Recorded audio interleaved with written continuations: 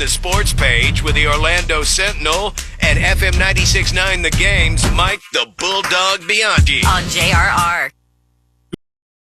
We got you this morning, or are you out howling at the blood moon? I'm going to go look at the blood moon right at... Actually, I'm not. I'm going to go look at... I haven't seen the blood moon, no. Sports page brought to you by Renewal by Anderson. Their windows and doors can stand up to the blood moon and the heat and howling winds of Florida. And right now, during the 31-day spring savings event, you can buy 2 replacement windows or doors. You'll get the third 60% off. Restrictions apply. Make sure you check them out. bestwindowsflorida.com.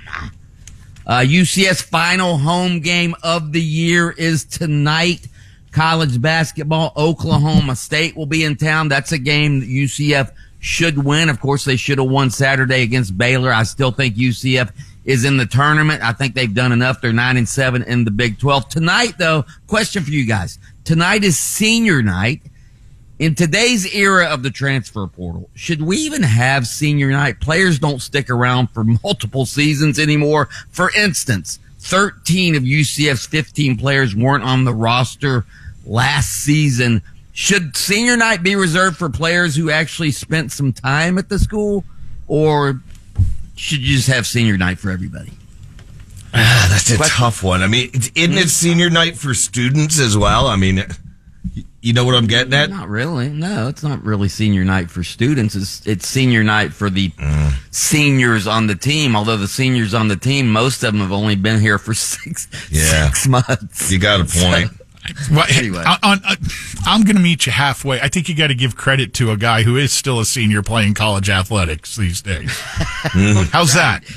Even if he's on his seventh school or whatever. Well, Okay. you know what I'm saying here. I guess so. right. I think maybe you should have, okay, if you spent 3 or more years at a school, you get to celebrate senior night. How about that? Okay. Anyway, or 2 or more. That would be that's a novelty in today's game. It's out of my pay grade. So Arizona locked up the regular season Big 12 title last night, I understand. Yeah, they're ranked number 2 in the country. They beat Iowa State last night, 73-57. Duke secured the ACC title last night. They throttled NC State 93-64. So those, we've already had the SEC title clinched by the Gators on Saturday. So is that the full Big Ten? I don't think has been decided yet. Yeah, but you still get they still have their their tournaments, which is a chance for these other teams to break through and make some noise.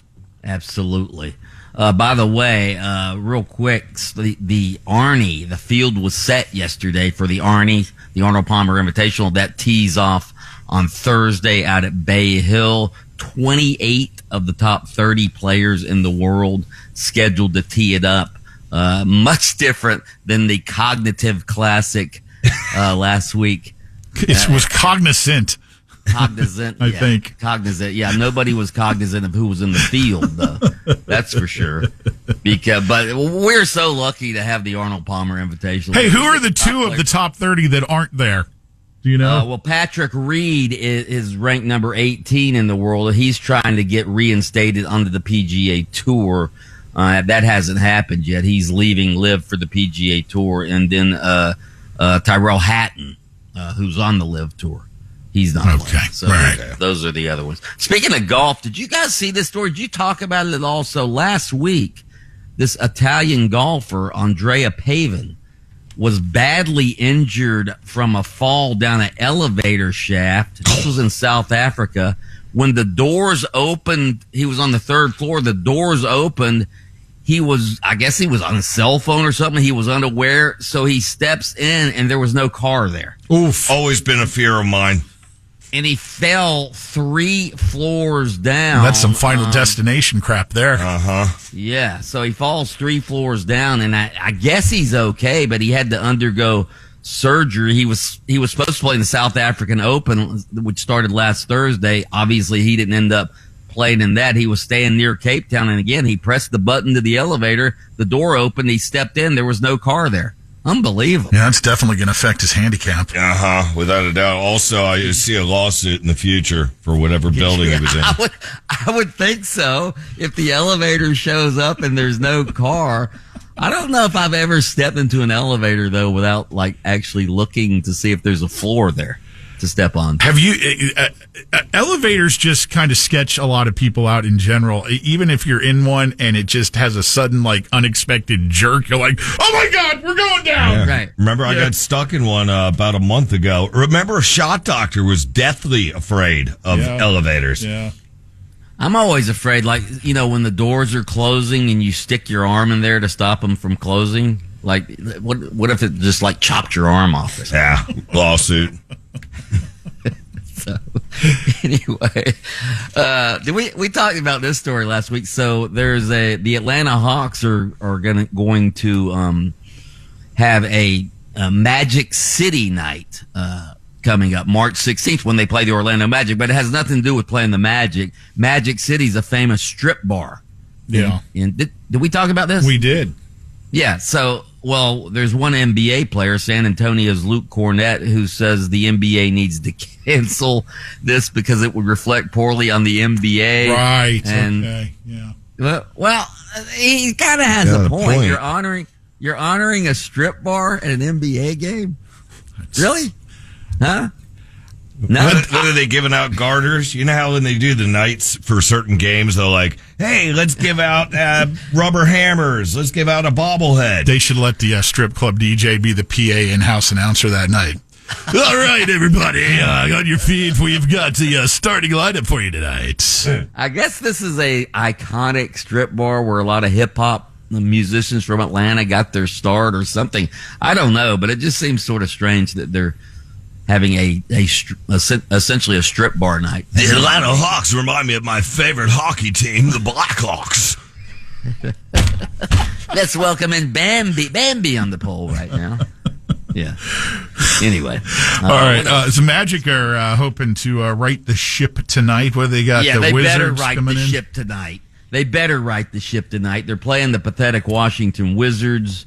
So yeah, and the Wizards won't have Trae Young in uniform tonight. Trae Young, by the way, got ejected from a game last night. He was on the Wizards bench. He's running his mouth at the refs, right? Yeah. He was right. Yeah, he stepped onto the court, and yeah, they threw him out of the game. So, but the Magic need to win tonight. There's some controversy now with the Magic after their loss the other night. Paolo Banchero came out and said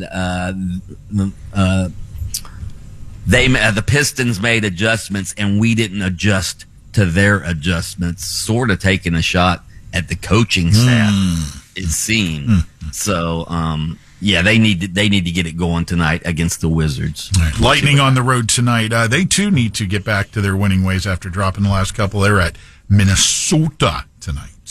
Absolutely. Let's do it, Lightning. All right, Mike, the Bulldog Bianchi. You can catch his deal every afternoon at 3 on FM 96.9 The Game. It's called Game On with his co-host Brandon Kravitz. By the way, happy birthday to the great Snowy White, former guitarist for Thin Lizzy. Tonight there's gonna be a jailbreak. Oh, oh.